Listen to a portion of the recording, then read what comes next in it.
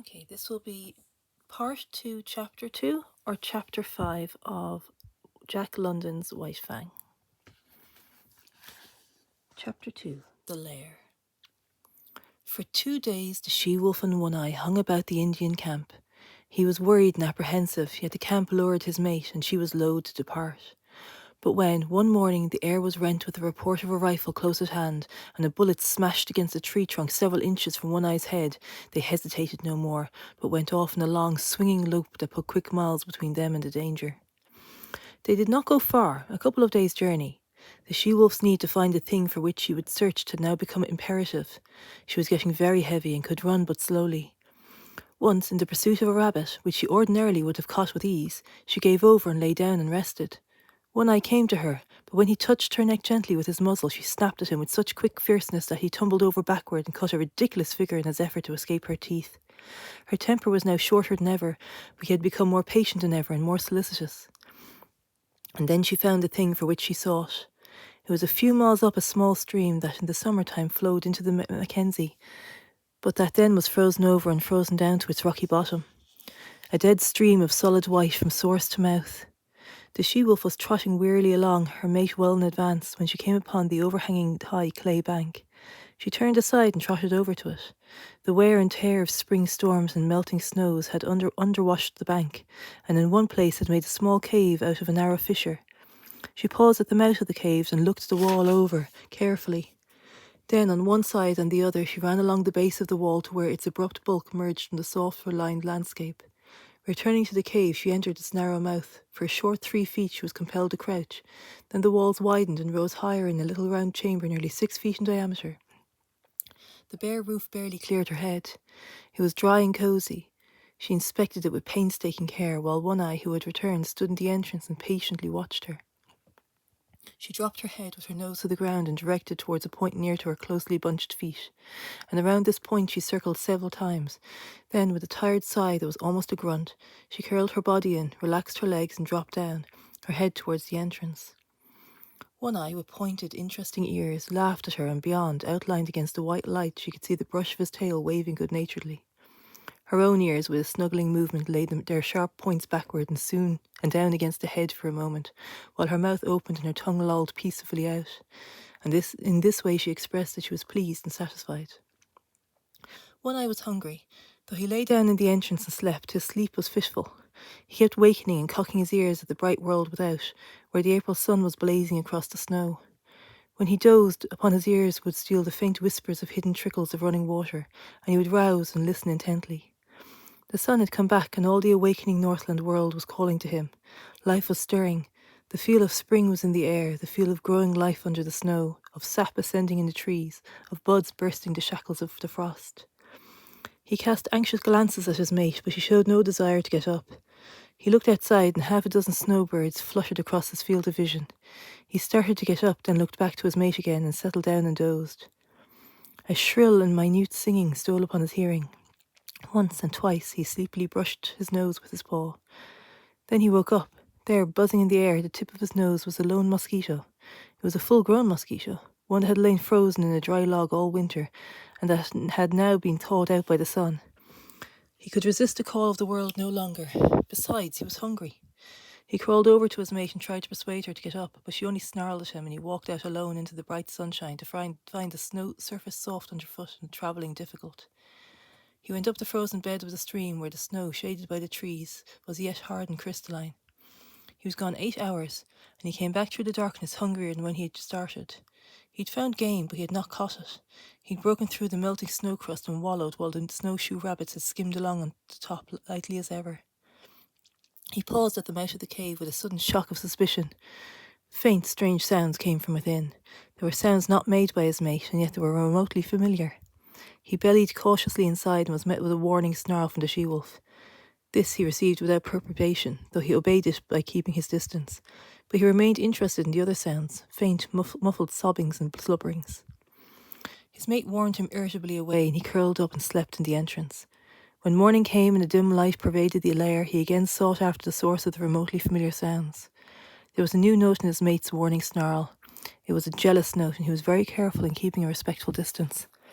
Nevertheless, he made out, sheltering between her legs against the length of her body, 5 strange little bundles of life, very feeble, very helpless, making tiny whimpering noises, with eyes that did not open to the light. He was surprised. It was not the first time in his long and successful life that this thing had happened. It happened many times. Yet each time it was a fresh surprise as ever to him. His mate looked at him anxiously. Every little while she emitted a low growl, and at times when it seemed to her he approached too near, the growl shot up in her throat to a sharp snarl. Of her own experience she had no memory of the thing happening, but in her instinct, which was the experience of all mothers of wolves, there lurked a memory of fathers that had eaten their newborn and helpless progeny. It manifested itself as a fear strong within her, and made her prevent One Eye from more closely inspecting the cubs he had fathered. But there was no danger. Old One Eye was feeling the urge of an impulse that was, in turn, an instinct that had come down to him from all the fathers of wolves. He did not question it, nor puzzle over it. It was there in the fibre of his being, and it was the most natural thing in the world that he should obey it by turning his back on his newborn family and by trotting out and away on the meat trail whereby he lived. 5 or 6 miles from the lair, the stream divided, its forks going off among the mountains at a right angle. Here, leading up to the left fork, he came upon a fresh track. He smelled it and found it so recent that he crouched swiftly and looked in the direction in which it disappeared. Then he turned deliberately and took the right fork.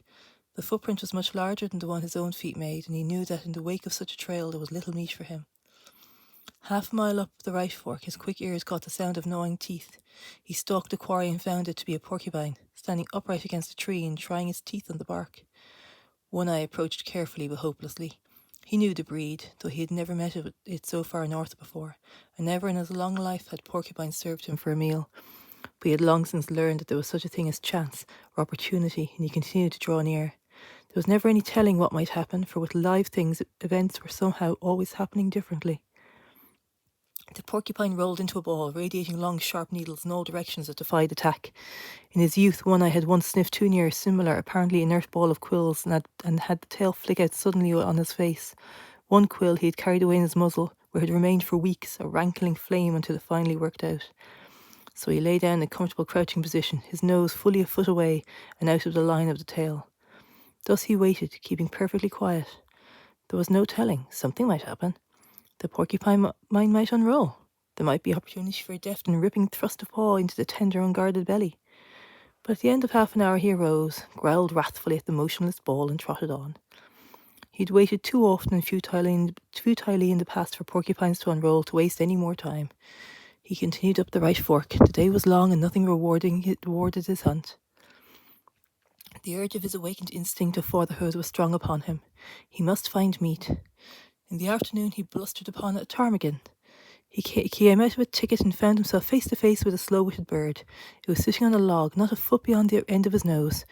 Each saw the other. The bird made a startled rise, but he struck it with his paw and smashed it down to earth, then pounced upon it and caught it in his teeth as it scuttled along the snow, trying to rise in the air again.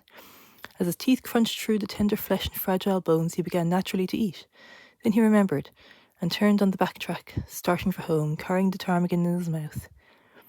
A mile above the forks, running velvet-footed as was his custom, a gliding shadow that cautiously prospected each new vista of the trail, he came upon later imprints of the large tracks he had discovered in the early morning.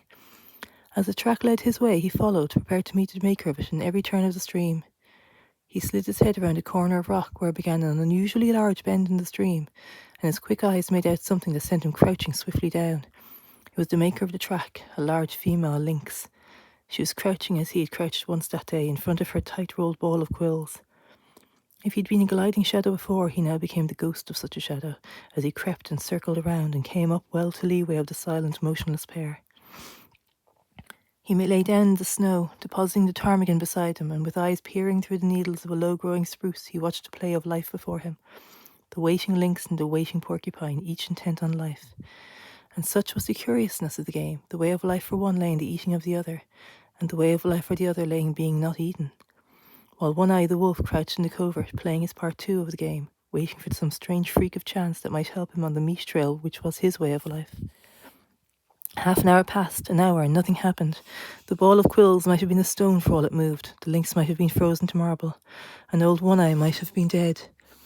Yet all 3 animals keyed to a tenseness of living that was almost painful, and scarcely ever would it come to them to be more alive than they were in their seeming petrification. One eye moved slightly and peered forth with increasing eagerness. Something was happening. The porcupine had at last decided that his enemy had gone away. Slowly, cautiously, it was unrolling its ball of impregnable armour. It was agitated by no tremor of anticipation. Slowly, slowly, the bristling ball straightened out and lengthened. One eye watching felt a sudden moistness in his mouth and a drooling of saliva, involuntarily excited by the living meat that was spreading itself like a repast before him. Not quite entirely had the porcupine unrolled when it discovered its enemy. In that instant, the lynx struck. The blow was like a flash of light. The paw with rigid claws curved like talons shot into the tender belly and came back with swift ripping movement. Had the porcupine been entirely unrolled, or had it not discovered its enemy a fraction of a second before the blow was struck, the paw would have escaped unscathed. But a side flick of the tail sank sharp quills into it as it was withdrawn. Everything had happened at once. The blow, the counterblow, the squeal of agony from the porcupine, the big cat's squall of sudden hurt and astonishment. One eye half arose in the excitement, his ears up, his tail straight out and quivering behind him. The lynx's bad temper had got the best of her. She sprang savagely at the thing that had hurt her. But the porcupine, squealing and grunting with disrupted anatomy, trying feebly to roll up into its ball protection, flicked out its tail again and again. The big cat squalled with hurt and astonishment. Then she fell to backing away and sneezing, her nose bristling with quills like a monstrous pincushion. She brushed her nose with her paws, trying to dislodge the fiery darts, thrust it into the snow and rubbed it against twigs and branches, and all the time leaping about ahead and sideways, up and down in a frenzy of pain and fright. She sneezed continually, and her stub of a tail was doing its best towards lashing about and giving quick, violent jerks. She quit her antics and quietened down for a long minute. One eye watched, and even he could not repress a start and an involuntarily bristling of hair along his back when she suddenly leaped without warning straight up in the air, at the same time emitting a long, almost terrible squall. Then she sprang away, up the trail, squalling with every leap she made. It was not until her racket had faded away in the distance and died out that One Eye ventured forth. He walked as delicately as through all the snow were carpeted with porcupine quills, erect and ready to pierce the soft pads of his feet. The porcupine met his approach with a furious squealing and a clashing of its long teeth. It managed to roll up in a ball again, but it was not quite the old compact ball. Its muscles were too much torn for that. It had been ripped almost in half and was still bleeding profusely. One Eye scooped out mouthfuls of blood-soaked snow and chewed and tasted and swallowed. This served as a relish, and his hunger increased mightily. But he was too old in the world to forget his caution.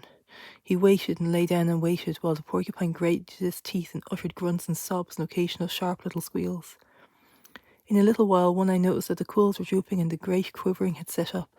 The quivering came to an end suddenly. There was a final defiant clash of the long teeth. Then all the quills drooped quite down and the body relaxed and moved no more. With a nervous, shrinking paw, One Eye stretched out the porcupine to its full length and turned it over on its back. Nothing had happened. It was surely dead. He studied it intently for a moment and took a careful grip with his teeth and started off down the stream, partly carrying, partly dragging the porcupine, with head turned to the side so as to avoid stepping on the prickly mass. He recollected something, dropped the burden and trotted back to where he'd left the ptarmigan. He did not hesitate a moment. He knew clearly what was to be done, and this he did by promptly eating the ptarmigan. Then he returned and took up his burden. When he dragged the result of his day's hunt into the cave, the she-wolf inspected it and turned her muzzle to him and lightly licked him on the neck. But the next instant she was warning him away from the cubs with a snarl that was less harsh than usual and that was more apologetic than menacing. Her instinctive fear of the father of her progeny was toning down. He was behaving as a wolf father should, manifesting no unholy desire to devour the young lives she had brought into the world.